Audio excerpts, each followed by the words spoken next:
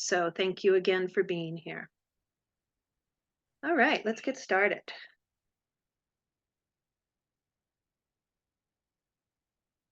All right, we have a video to show you that just kind of gives you an idea of what our parents and our students think of Pivot Charter School. So we're going to start with that, start on a really positive note.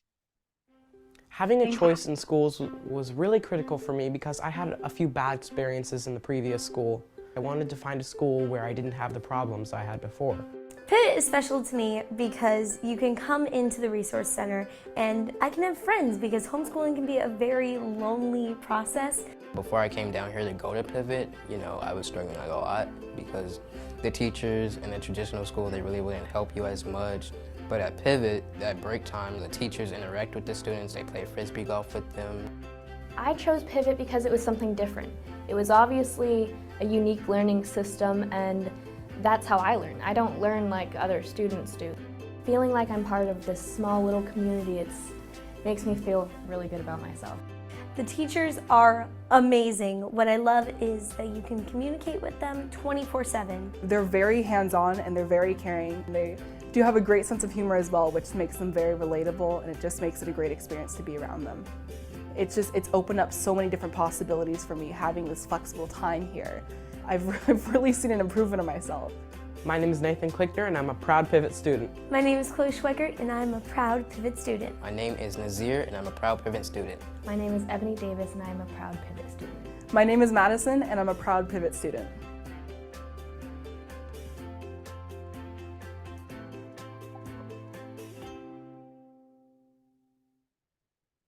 I love that video. All right, Allie, let's get the presentation up again. And move on to the next slide. So we're going to talk about what Pivot Charter School is specifically. I know there's a lot of charter schools out there. We do things a little bit differently, as you heard some of the kids say. We're going to talk about who Pivot serves and the kind of kids that come to us, and why you might want to choose Pivot. And then obviously we'll have some time, as I mentioned, for frequently asked questions. At the end, we'll share the answers to those and then also answer your individual questions, and then go over quickly how you will enroll if you choose to enroll. And Luis Portilla, our academic counselor, is present today on this presentation. Hi, Luis. Thank you for being here. Hello, everyone. Yeah, and Luis does a lot of our college counseling, our concurrent enrollment. He does a lot of credit evaluations, puts the kids in classes, does a lot of outreach to our local resources in the area at all 4 of our jurisdictions. And as I mentioned, I'm Jana Gaskell, the executive director. So all charter schools in the state of California are free tuition-free public charter schools. We happen to be fully accredited. We are a kindergarten through 12th grade program, so all of the grade levels. And we provide independent study. Other people call it distance learning. We also refer to it as hybrid or blended because we do have the 4 resource centers where kids can come to the resource center and do a lot of hands-on things and socialization as well. We have all different kinds of support, both on-site, but also virtually. And we're going to go a little bit more into that later. So we have our schools in Santa Rosa. Our resource centers are in Santa Rosa, which is the North Bay campus. We have them in North Valley, which is in Chico, and Riverside, which is in Corona, and San Diego, which is in San Marcos. And we can serve all of those counties that are within or concurrent to, alongside of, adjacent to the initial county where our resource centers reside. So we do have a lot of kids from far off counties that just interact with us virtually that can't actually come to the resource center because that's what works for them. So who are our students? We have I want to say sort of two different programs, but it's not two different programs really. It's all the same program. But our elementary school program acts more of a homeschool program. On the high school and the middle school level, we're getting students who might need to catch up in credits. We've always been serving students, hence the name Pivot, kind of trying to pivot their approach to education or their attitude towards education or something that wasn't working at another school. So we're trying to pivot that. Sometimes they need credit recovery. Sometimes kids get bored in a traditional school and they want to accelerate and they don't want to stay right at the same pace that kids in, 35 kids in a class have to be at because they have to be in that class. And Pivot using the online curriculum allows kids to accelerate as well. We have a lot of students that find it difficult to be in a large traditional school setting, and being around thousands of students is difficult for them. We also have a lot of students that are coming to us because they have schedule constraints due to them having to work or medical reasons, or because they travel. Maybe they're on a traveling sports team and they need to practice and train, or just other kinds of family obligations. And being able to do everything online if they wanted to at whatever time of the day works for that student really helps those kids who have schedule constraints. And as I mentioned, the elementary students and families who are interested in coming to Pivot are really interested in attending a homeschool program where the parents serve as essentially the coach, the learning coach. But it is also supported by an on-site program that the kids can come to for socialization and games and hands-on. And I always tell my elementary school teachers that I want the site-based program to have nothing to do with computers. I want the kids running around and playing and doing art and making messes and singing and getting to know each other and really starting to learn to enjoy going to school and learning and making it fun for them. And essentially, though, regardless, families need to be actively engaged in their child's course content and supporting the students, because it is not I'm going to school from 8 in the morning until 3:30 in the afternoon kind of a program. So that's an important factor with independent study, which is technically what we are. So why might you want to choose Pivot? One of the things that we're focusing on, if you read our little tagline, it's near and dear to my heart, and we worked on this a couple of years ago. What are we really trying to do for kids? The bottom line at Pivot, we're trying to help them struggle less and learn more, because a lot of students do struggle in school, or they don't like school, or there's something going on socially, and we try to help them through that. So we do things like regular diagnostic assessments that's kind of embedded into what they're already doing, so that we can make sure that your students are actually getting the skills that they need in order to promote and graduate and be successful in the next level of classes that they're going to have to take. Some of these students that are coming to us have really big gaps, and part of it is because of COVID. I hate to always use that as an excuse, because they got behind in whatever was happening at their schools in COVID. There's just gaps in their learning, and it makes learning really hard for them. So we give them individualized remediation if they need it. The online curriculum can be customized by our teachers. So for example, if a student hits a writing assignment, for example, and they're really, really stuck, occasionally we'll do a project instead, or we'll replace it with something that is something super interesting to them, but related to the topic. So that's why we're using the online curriculum. It's not because we want to be a big virtual school. There's tons of those big, huge virtual schools out there. That is not our goal. We're using the online curriculum because it allows us to individualize things. It allows us to figure out what your student needs, as opposed to a class of 30 kids. So, and the best way we've learned to do it is to have basically this hybrid of support on site and online. We're really trying to help all of our students, no matter what grade level they are, to become independent learners. Other great reasons, as you heard from some of our students, to choose Pivot is that we have really dedicated teachers. They're obviously all credentialed.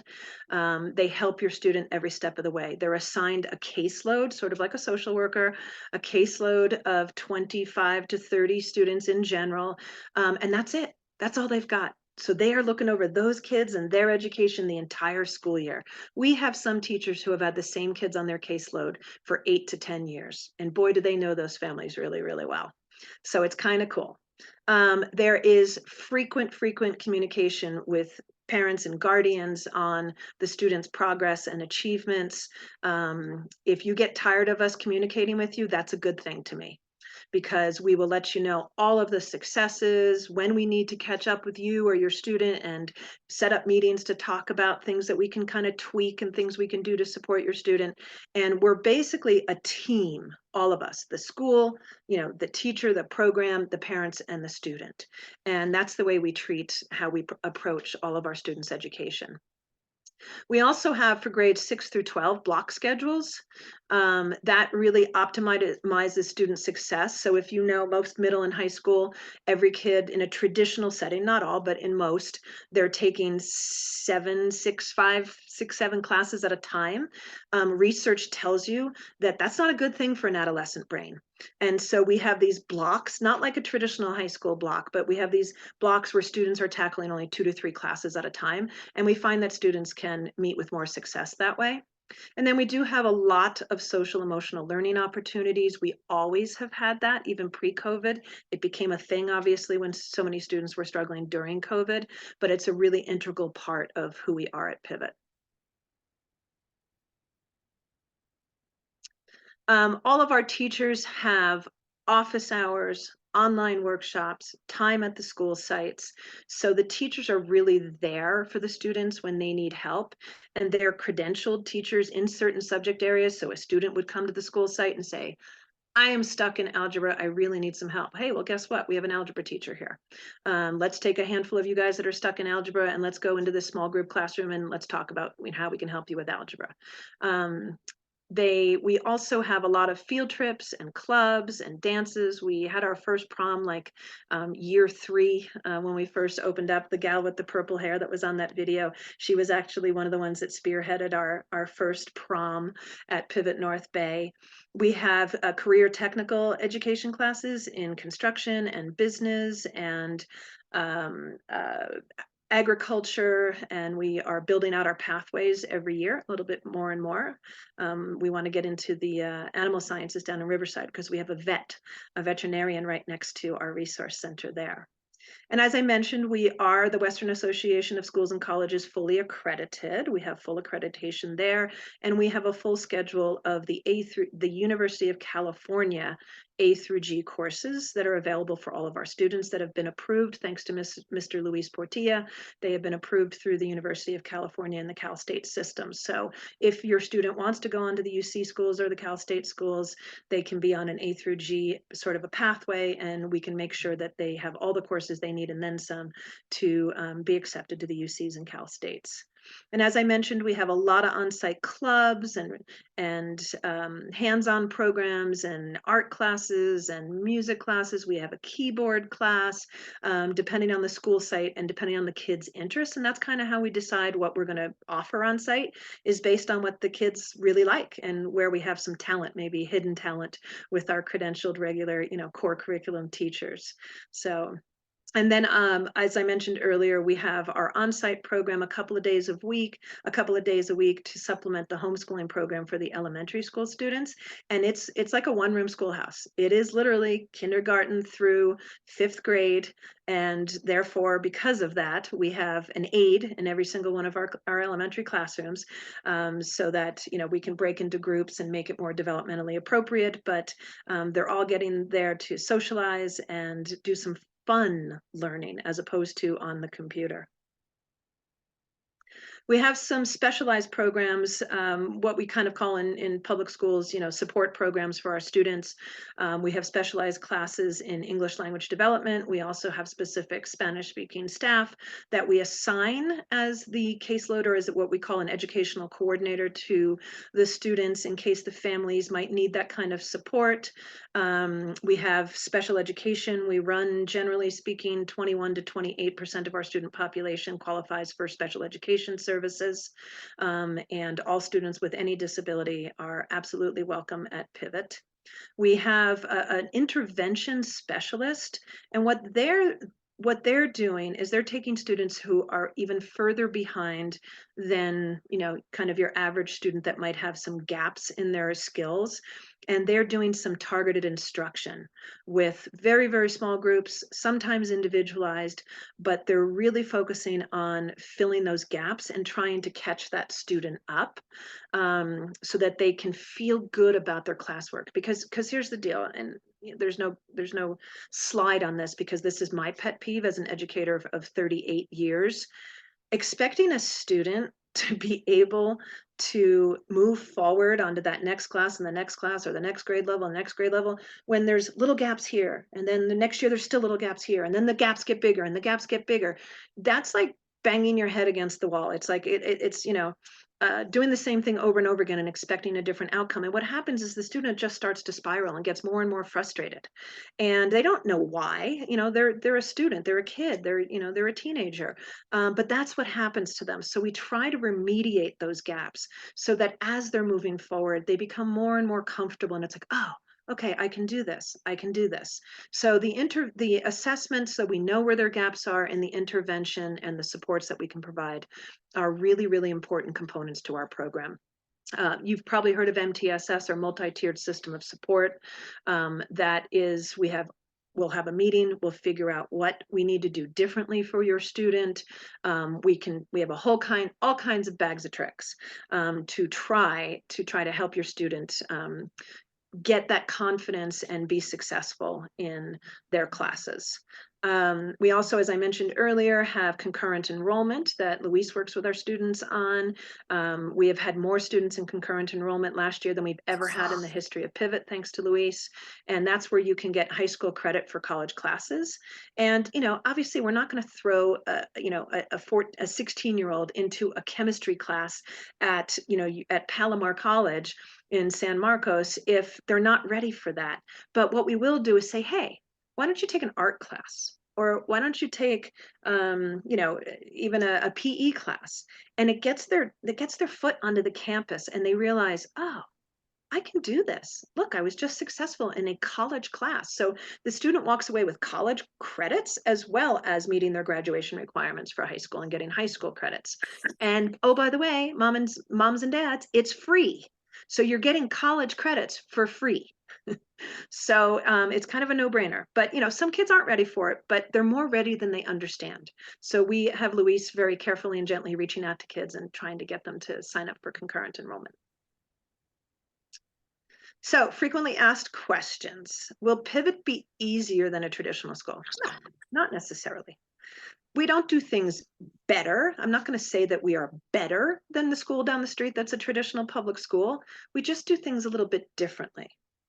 And a lot of students are like, oh, it's online. I love being on my computer. I can do it on my phone, and I could do it at 4 o'clock in the morning, and it's going to be so much easier. Algebra is algebra. US history is US history. Doesn't matter whether it's online and on your phone or on your tablet, it's still US history, right? We're still all teaching the standards that the students and the skills that the students have to meet. So it's not necessarily going to be easier just because it's on a computer. The environment might be more conducive for you and your student. The flexibility of when they're actually doing their coursework might be better. Being away from some of the distractions of the large traditional schools might be better for your student. The smallness, as you heard one of the young ladies talk about in the video, might be what they need to feel successful. And most importantly, if you ask any one of our kids why they like staying at Pivot, all of them are, none of them are going to say me, let's put it that way. They're not going to say, oh, it's our executive director, that lady that started this school. They're going to say it's the teachers and the staff, because we only hire teachers that want to be there, that like to be there, and want that individual, that the building of those relationships with your kids. We have a lot of cool questions that we go through in the interview process to get to whether or not we think the teacher is right for this program. We don't hire just any teacher. It has to be a good fit. And that means it has to be a good fit for the kids. So all of our students come because, stay, I should say, because they know their teachers care a lot, but it's not necessarily going to be easier. So how will the student know or the parents know how they're doing in the courses and be able to get help when they're struggling? So we have a parent portal that you all can log into, and we do a training, a parent onboarding, basically, a parent guardian onboarding, as soon as school starts. And we teach you how to log into that portal, and you can see everything your kid has done up to basically an hour ago. And we will explain to you what what it's showing you, whether or not they're on target to be finishing their classes or whether they're behind, and how much time they spent in instruction. The student has the same type of a dashboard, so they know all the time. The most important thing that a student learns is they can't slip through the cracks. The number one responsibility for our teachers is to make sure every single day that the students are working, and they know, and they log in and they run reports and they start texting and calling and emailing and texting and trying to get a hold of the student. And if not, they'll get a hold of the parent, and the guardian's going, okay, come on, I didn't see you log in today. What's going on? What can I do to help? Here's the things you need to get done. I'm going to send you a list. Oh, and by the way, I'm carbon copying mom and dad, so they know what you need to get done today, so they don't even have to log into the portal. There's just so much communication going on. You are always going to know where your student stands in getting their courses done, but also in the bigger picture. Where are they in getting their moving towards graduation as well? We do a lot of analysis on different paths to high school graduation. And if the students are struggling, and we do have maybe, as I said earlier, the multi-tiered system of support, the MTSS meetings, and all the different layers of that, we will maybe require kids to attend a workshop so they can get the help they need, or to attend the office hours, or to come to the resource center and just get the help that they need in a small environment where they might actually feel a little bit more comfortable asking for help. But bottom line, the teachers don't wait for them to ask for help. A lot of kids don't like asking for help. And so the teachers can see literally hour to hour what that student's doing and what walls they're hitting and where we need to support that student. And say, okay, look, I saw you in that essay yesterday, and then you shut it down and you didn't log in for the rest of the day. Our teachers know that that means they hit a wall, you know, and maybe we need to bring them in and help them with their essay writing skills, or maybe they need to attend a workshop on essay writing skills. So we're pretty good at figuring out, where their roadblocks are. So students are expected to communicate with their teacher regularly. Sometimes that's daily. It's at least once per week where they actually have to show up on screen and meet with their teacher. And we have family meetings, meaning at least one parent or guardian attending with the student at the school site. And sometimes we can make provisions for it to be online, but we prefer to be at the school site just one Friday a month. And the reason for that is to make sure that we all get on the same page, and that we, even if it's get on the you're awesome, you're moving and cruising through your curriculum same page, and because you're doing so well, let's talk about taking a college class. Let's talk about getting you on that community college class. Go to Butte College and take a class. Or and so we want to make sure that everybody is understanding where the student is at in meeting their graduation requirements, where they are in finishing up their 6th, 7th, and 8th grade, and where they are in their elementary classes. And if they are struggling, and we try to set up meetings, this is one that's on the books already every month for 10 months, that we can make sure that we can figure out what we're going to do to support your student. So how do students promote at Pivot? Since a lot of kids will be going faster than your traditional pace, and sometimes slower. Basically, all elementary and middle school students must complete all of their coursework in each grade level before they move on. We're not going to say, okay, you failed science 7B. That would be 7th grade science, second semester, 7B. You failed science 7B, but go ahead, move on to 8A. Because of that spiral I mentioned earlier. If they didn't master the concepts in 7th grade, second semester science, it is insane to expect your student to be comfortable and feel good about going into 8A science. And so we will work with them, try to catch them up. There's lots of different ways for us to be able to do it, again, because we're using an online curriculum. You can't do that in a traditional structured seat-based program kind of a day. And obviously, all high school students need to complete the required credits in order to graduate. But there are different paths to graduating. Like I mentioned, the A through G UC and CSU path, and there are other paths to graduation. And we will be communicating and over communicating to you and your student as to where your student stands in graduating. You know, I'll be honest, we had some kids come to us last year who basically were, chronologically based on their age, juniors, but they still hadn't finished all of their freshman coursework. And you know what? That's okay with us. Everybody gets a new start at Pivot, and all we're going to do is let's sit down and come up with a plan. You know, what's the goal? Let's get them out of and get them a high school diploma in as quickly as we can to put them back graduating at the same year that they would normally have graduated, or just slightly past that. We will come up with a plan. And again, the only way we can do that is because we're using that online curriculum. So how do we decide what's attendance and what's absent at Pivot? Well, this is true of all independent study programs, not just charter schools, not just Pivot, but all traditional independent study programs as well. Basically, the student must complete work every single day that school is in session. Period, end of story. That's attending school. They're considered absent when they don't engage in the curriculum and don't get things done on a day that school is in session. That's attendance. The other nuance to this is if a student gets maybe 1 or 2 assignments done a day, they attended school. Just like if your kid shows up in the morning and sits in a class but does nothing in a traditional seat-based program, they still get attendance for that student because they showed up. But that's not our goal, because if a student only does 1 or 2 assignments a day, they're not going to be making that satisfactory progress that we need in order for them to get credit for the class or to complete that class for the K through 8th grade students.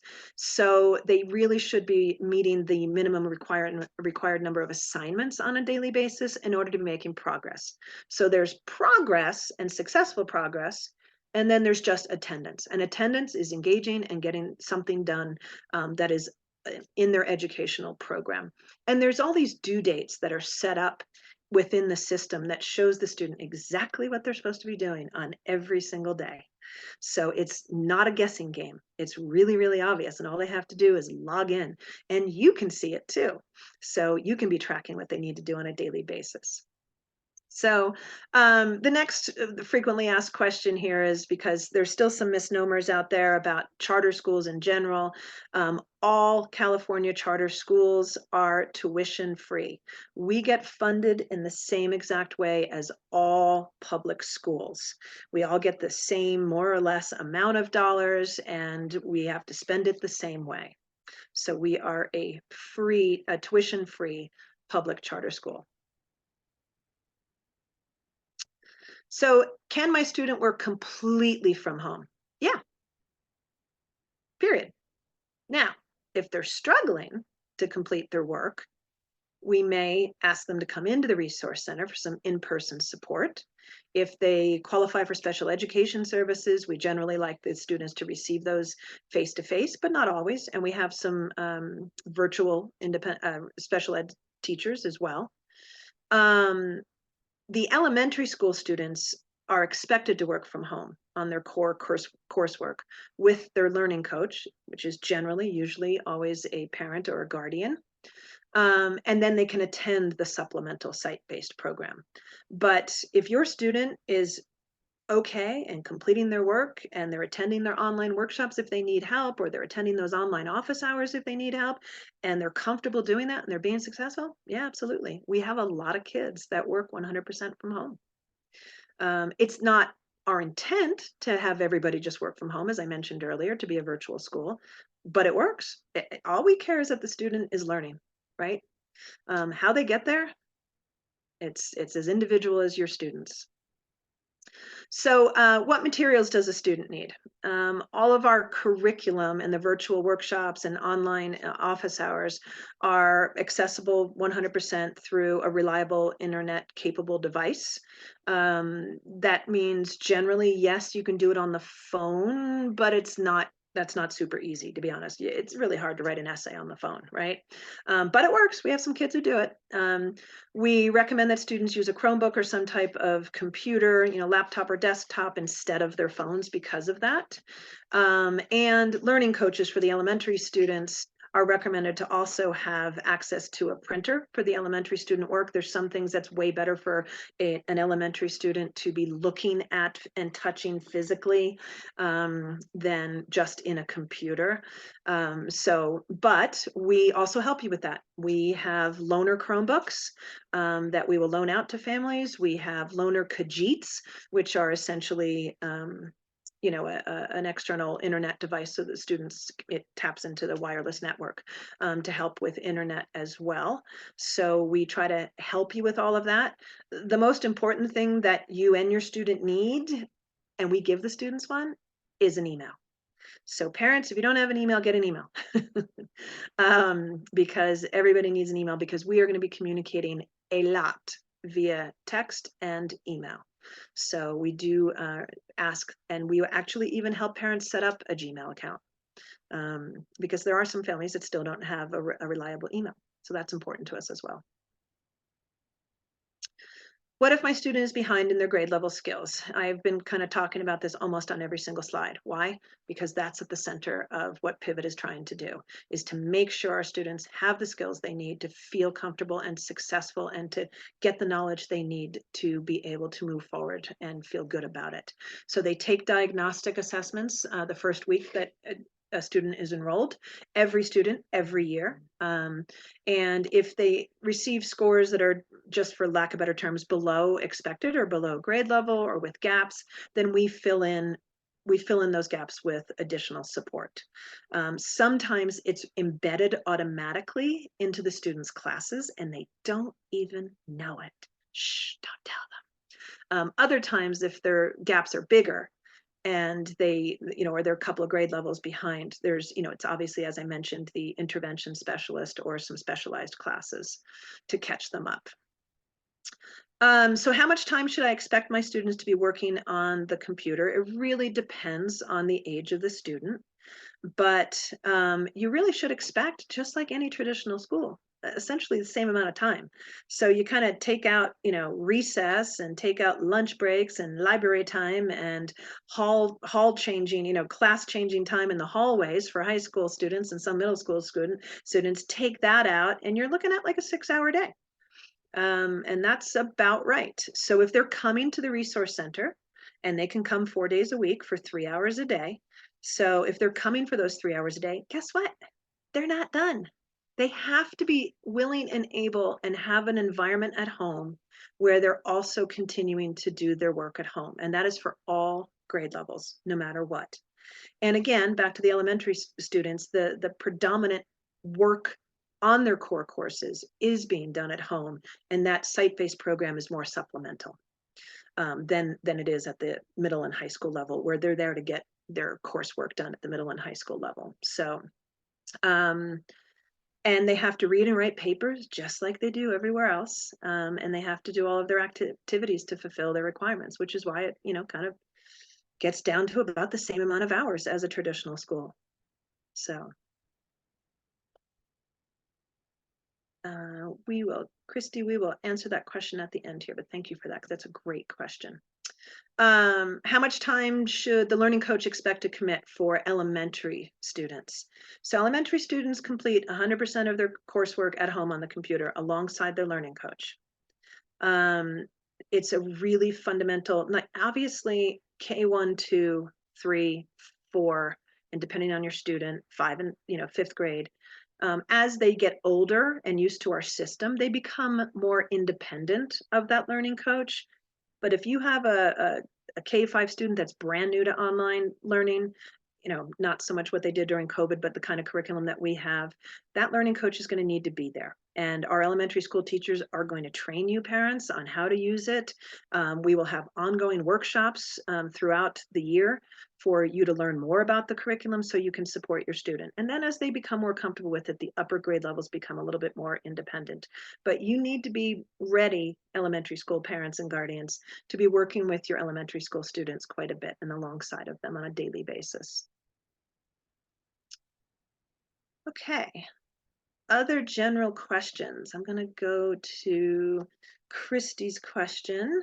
Your student does not need to bring their own laptop. We have laptops set up at our resource center, and we have sort of cubicles, kind of a setup where if a student is coming regularly, they actually, can choose a cubicle and they can decorate it. And there'll be a Chromebook though at every single station that our students are working at.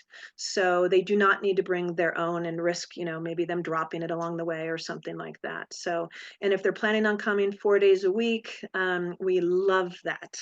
We love the idea of that. But keep in mind, as I mentioned earlier, they also need to be working when they get home, because chances are they're not going to be able to get everything done when they're on campus, because we want them to come to campus to do a club, to do guitar, as you see in the picture here, to socialize and have fun, and get that socialization that they need. So they may not be able to get all of their assignments done. And it's, five, 6 assignments for a high school student every day, only when they're on campus. So they're still going to have to work from home. Does that answer your question, Christy? Chime in if not. Do parents have access? Yes, sorry, go ahead. Yes, good. I'm glad. I wasn't sure you're going to unmute. I didn't want to make you unmute. I apologize. Yes, parents have access to the curriculum, and you can see literally when you log into the parent portal what your student is required to be doing, what they are working on. You're not necessarily seeing all of the questions from your parent portal side. So for example, if what you're going to see more is a snapshot of what your student is expected to do. You can see it though, assignment by assignment by assignment, and whether that's a written assignment, a short answer, an essay. So you can see it, but you don't actually see the curriculum itself unless you're logged in as your student or you're looking over your student's shoulder.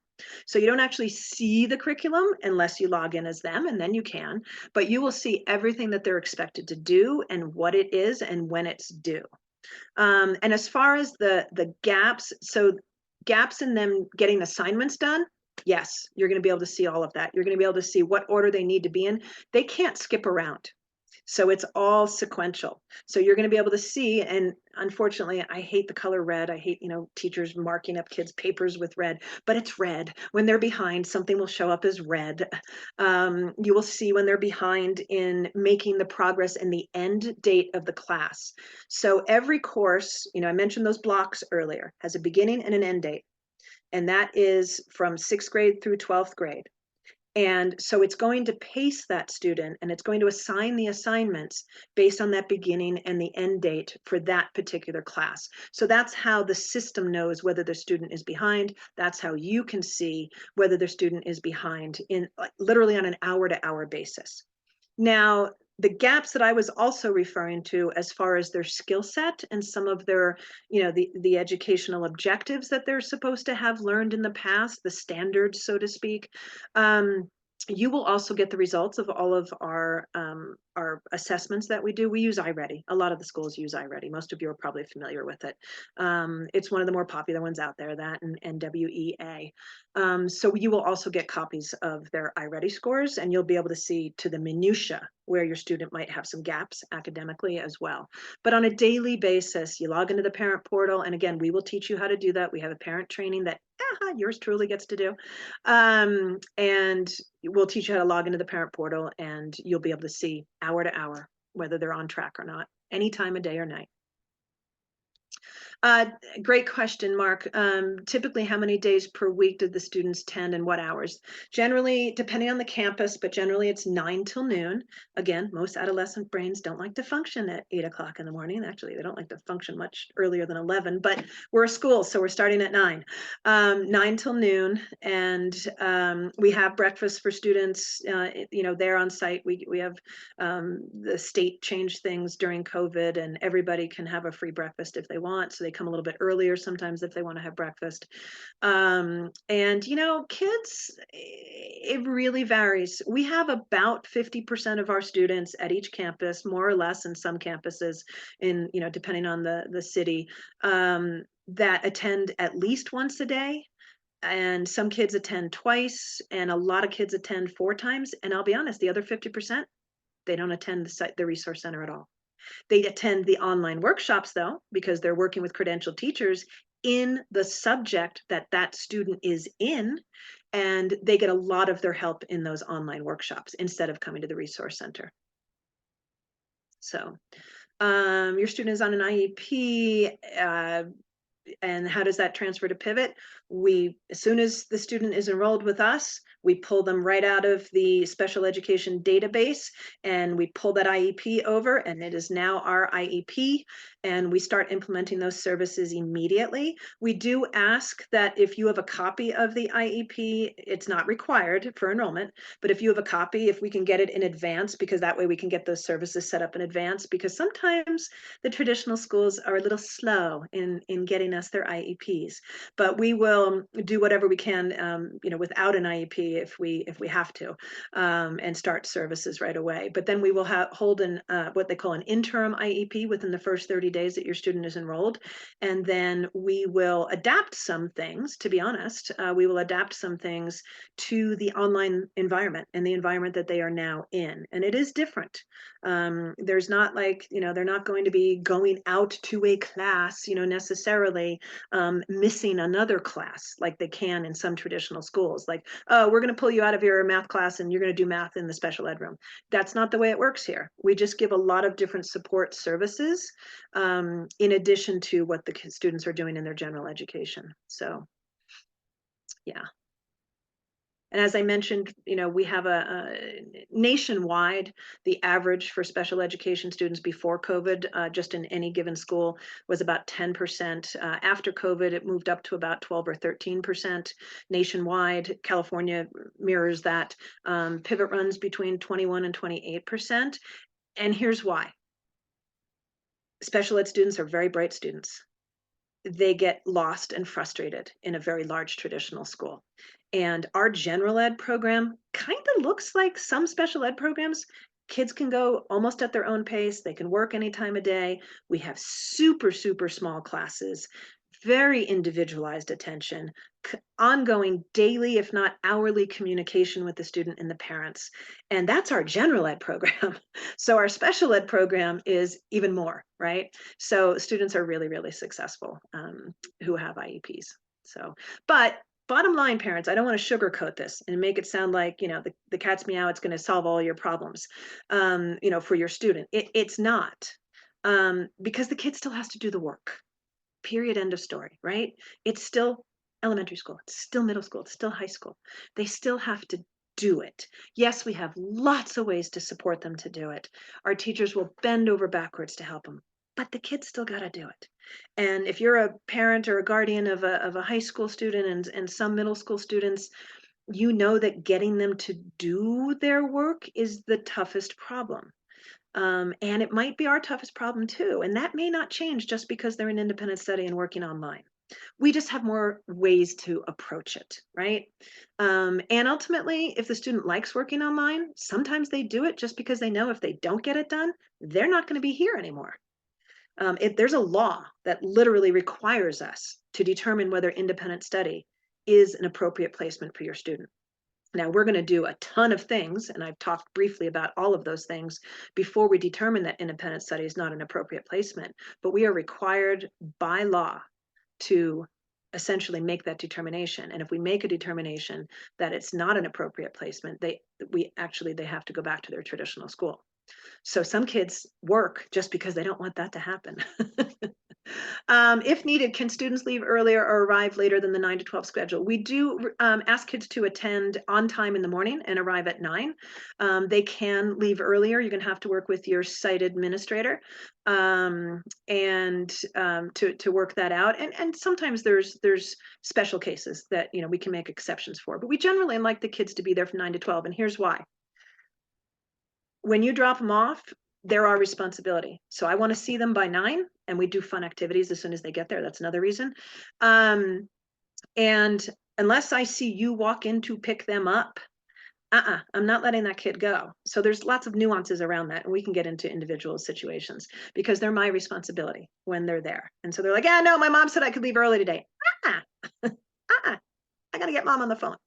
Are there classes at Pivot? Yes, we have classes. It depends on the block. We have writing classes, we have math classes, we have, again, depends on the campus. Sometimes we have keyboard classes, guitar classes, art classes. We have ASB classes. We have all kinds of classes that your student may or may not be interested in attending. They might just come to the resource center every day just to get their online work done and get help from teachers. Because there are teachers wandering around the whole 3 hours that they are there going, hey, can I help you on anything? And they're looking over their shoulder and, yeah, let's go over this. Let me help you with that. Or the student will ask for help, but oftentimes the teacher realizes that the student is stuck and they'll just walk up and try to help the student. So, but there are also classes on campus as well, and every campus is different.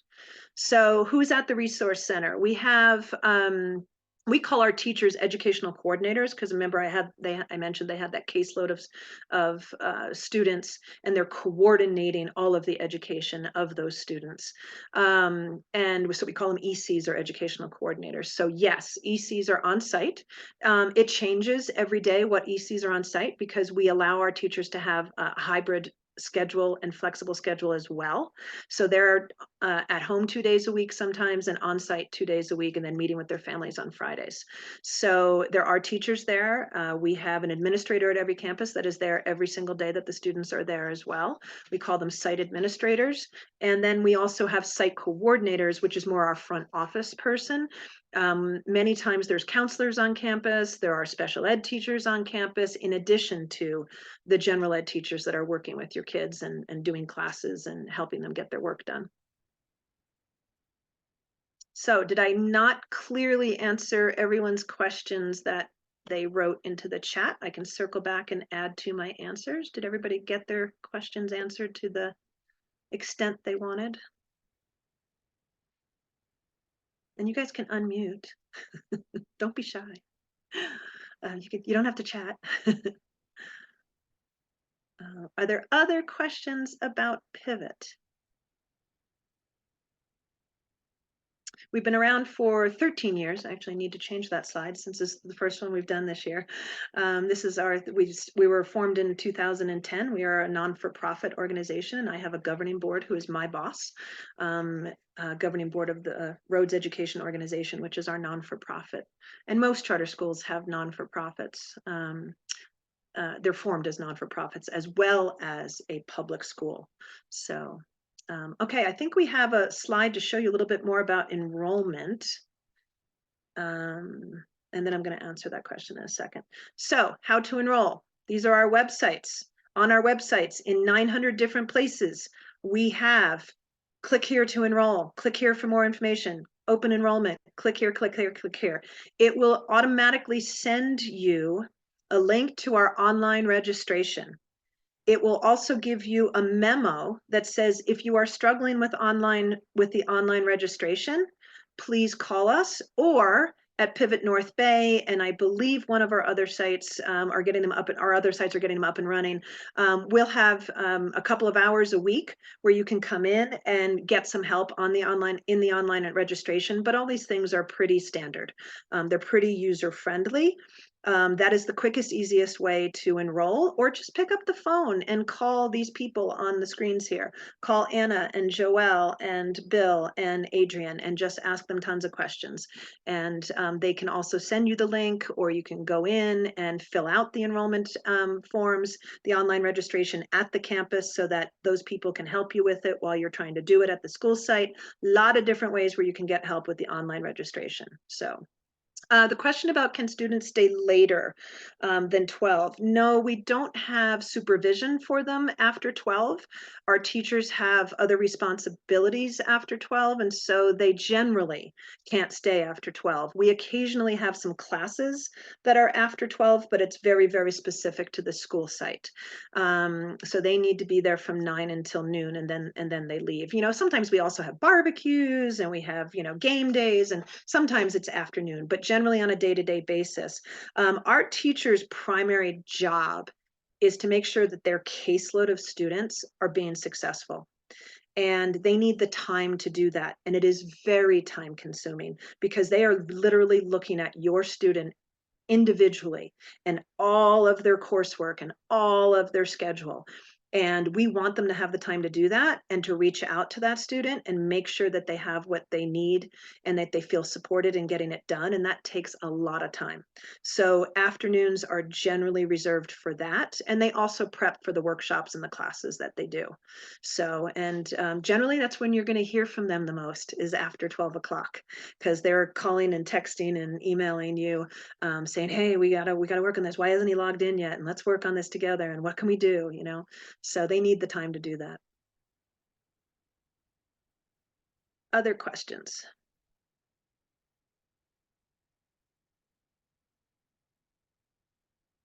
Do we need to contact our current high school to do a transfer?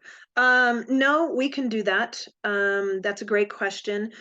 When you enroll with us, once you have everything in, we will send your former school a CUME request or a request for records, and then they will know you are leaving. They kind of sometimes like a heads up, though. Sometimes they don't. It depends on the size of the school. But when they get our request for records that you have signed as part of the enrollment paperwork, they know that you're coming to us. The one thing we do ask, because it's summertime, they are really slow to get us the records. So we beg you, parents who want to enroll, and I'm begging you right now, please bring us a transcript or their former report card, so we are absolutely certain what classes to place them in. It is really, really hard when we don't have that. And I'm telling you, some of our local schools are super slow in getting us that information. So we will give our best guess on where they're supposed to be, and we will listen to you and your student as to what classes they took. But it's really hard without the grade report that, for elementary and middle, or a transcript. So legally, parents, it is your right to walk into your registrar's office and say, I would like a copy, an unofficial copy of my student's transcript. I will wait here while you print one. Legally, that's your right. They might charge you for the photocopy, and that is legally allowed to. I don't, some schools, I don't know whether they do anymore. Or, most of them will email it to you.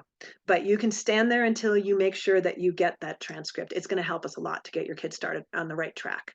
Because we've hit sometimes October when a student enrolled in August, and we still don't have the kids' official records. So it's tough. So we beg you, parents, to help us with that. It's apparent that the parent is highly involved. A girl's high school junior, does the child sometimes feel it is too much?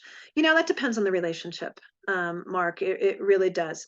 We have high school students that do all of this on their own, and we keep the parents, in the loop, but they don't need you. You start to cry because they don't need you as much anymore. They're independent. They work with their teacher well. It's all between the teacher and the student when, sometimes when they're in high school.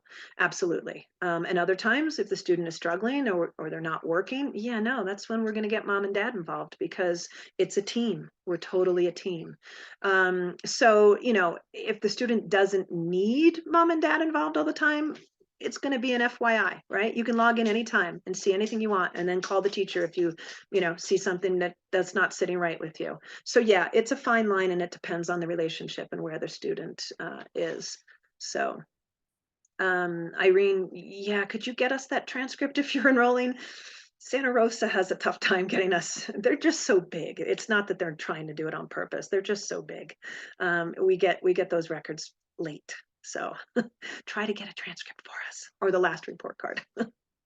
So yeah, it will help us just, and all we're going to get the kids' classes open, but it may not be the right classes if we don't have a transcript, So, and I do know that they have an online portal as well. It doesn't have to be official with a seal from them. You can print stuff up from their system as well as a parent. I'm 90% sure. So you could print it up yourself and bring it to us in a lot of cases. So cool. These are all great questions. You guys are awesome. Mark, did I answer your question enough, or do you have a follow-up on that? It really just depends. We have plenty of high school students that it's teacher and student, and that's all that's needed, right? And we will keep you obviously in the loop all the time, but you're not going to be on every single text if there's no need for you to be, right? Hands-on art in North Bay. We had an art class almost every block last year, but it was different. Sometimes it was drawing, sometimes it was painting. One of the classes was an art history class, and it changes every year. And again, it really is true that we set up these classes, the on-site classes, based on student interest and the teachers, having a teacher that has a passion for art. The site administrator, he's the current site administrator. He was a teacher last year. The site administrator actually taught the drawing class, and I got to sit in on it a couple of times. It was amazing what he taught the kids to do. And I think he's going to do it again this year. So, but yeah, we have some art at North Bay. Last year we did almost every block. So, and our middle school program, they do a lot of art. That's not really a class, but they do a lot of art in the middle school program. These are all great questions. Keep them coming.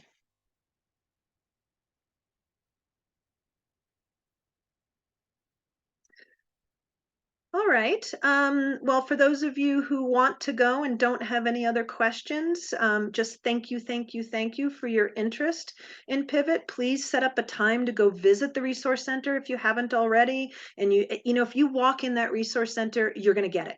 It's going to make sense to you. So schedule a time with Anna, Joelle, Bill, or Adrian to visit the campus and the Resource Center and just come by and see it. It will make a lot more sense. The chances are, well, we're actually going to snag all of your site administrators are on site right now, not all day, every day, but they're back and working as of Monday. And then the teachers, I bring all the teachers up to I bring all the teachers up to Santa Rosa, and we have a teacher training week the 21st through the 25th. So you will not find teachers on campus until the 24th. So yeah, Mark, to clarify, you said a student cannot leave without you recognizing the parent. Does that apply to high school? Yeah, unless they have permission to drive themselves. I mean, if they're driving on their own, that's fine, but we don't let just any stranger come pick up your teenager. And there's a form you can fill out if there's other people that need to pick up your student, or they're going to ride with a friend. But without your permission, I'm not going to let them just hop into a car with anybody. And you know what? Because we're small, we can look for that and protect kids that way. So, we don't police it 24/7, but we have people out there watching it. So, but there's ways for you to allow other people to pick up your student for sure. And some kids, we have bus passes, free bus passes for everybody. Some kids take the bus, and they're going to be walking up to the bus stop. So there's, lots of different ways, but yeah, we don't, high school students. No, mom said I could leave early. Next thing you know it, oh, they were down at the 7-Eleven and blah, blah, blah, and I don't want that to happen on my watch, so they're my babies too, once they enroll in Pivot. The resource centers open generally at 8:30. So they, like I said, there's breakfast. There's always a teacher assigned to be supervising the kids at 8:30, but the program doesn't start until about 9 o'clock. But the kids usually get there somewhere around 8:30. So the bus service, it depends on the area where you are, but essentially if we have a bus line near Pivot, we give you free bus passes. Plain and simple. The student just needs to ask for one, and we work with you guys on, how often and how many bus passes, and we can pay for your bus passes to get your student to school. And again, it depends on whether you're in Corona, Santa Rosa, Chico, or San Marcos, whether or not there is a good bus line or not. There's a really good one right down the street from North Bay. I know that. So awesome. Well, I'm happy to stay on and answer any other questions that might come up. Feel free to hang out, but otherwise, go visit our resource centers and learn more. You'll really get it when you walk onto the resource center. And bring your student. Make sure they see it. And if you have elementary kids, oh my God, our elementary classrooms are so awesome. I go in there sometimes just to de-stress a little because they're so much fun. So thank you all for giving us your evening and attending. But again, I'll hang out if you'd like. Otherwise, have a good evening, and we hope to see you and your student. Where will this recording be available? Allie, can you answer that? We can send out. Yeah, so we'll send a follow-up email tomorrow that has the recording, and then we'll also link it to each campus website. Great, thank you. Thank you for helping me with that one. How long does it take to be accepted after applying? It depends on when you get all of your stuff in and what, for example, we're going to have a mass enrollment time in August and early September. It's like, especially at North Bay, sometimes it's by the hundreds, trying to get in. But generally speaking, once we have everything that's required, and it's not a whole lot, it's the it's the enrollment form itself, it's proof of residency, and it's a birth certificate. That's all that's required. There's other things we'd like to have, like a copy of the IEP and the transcript, but that's not required. Once you have those things in, you are in. And it usually takes, I don't know, a couple of days after you get everything in for them to say, here's your teacher, and they're gonna be reaching out to you. But again, it depends. If the teachers are during teacher training week, the teacher's not gonna reach out right away. But generally speaking, it's not very long. Now, if you are a parent interested in North Bay, we went to a wait list pretty quickly last year.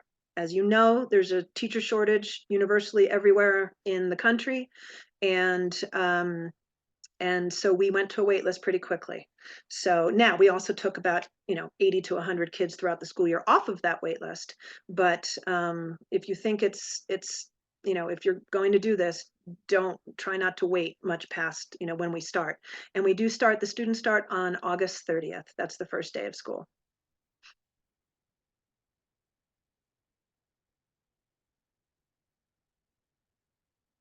Awesome. Other questions? And feel free, there's a link online to send us questions if other questions pop up, or send it to the RSVP, or just pick up the phone and call. And there's a couple links where you can send questions in off of our websites as well. For North Bay, what type of field trips can we expect? Oh, tons of them. We participate in the farms program. We go down to San Francisco. We've gone up to Chico, because then the kids from the North Valley campus and the other campus get together. We've gone to Slide Ranch. We've gone to what's the institute? The one that's the sister one to Yosemite Institute down in Sausalito. We sometimes just go to the park and have a barbecue. We've gone to the junior college quite a bit. The list is huge. We try to have a field trip, at least at North Bay in particular, about one every 2 weeks. And at the smaller school sites, it's about one every 3 weeks. So it's kind of a requirement from Mama Bear here, because we like to give kids real life experiences. Planetarium's another one. I'm trying to think of all the ones. Yeah. We try to do different things that the other schools don't do as well. Like we took them up to Butte College, and we took them up to Humboldt, because, it's not just about Santa Rosa schools or the Bay Area schools, right? So. Awesome. Thank you. All right. Thank you, everybody. I hope you have a good night. And thank you again for joining us this evening.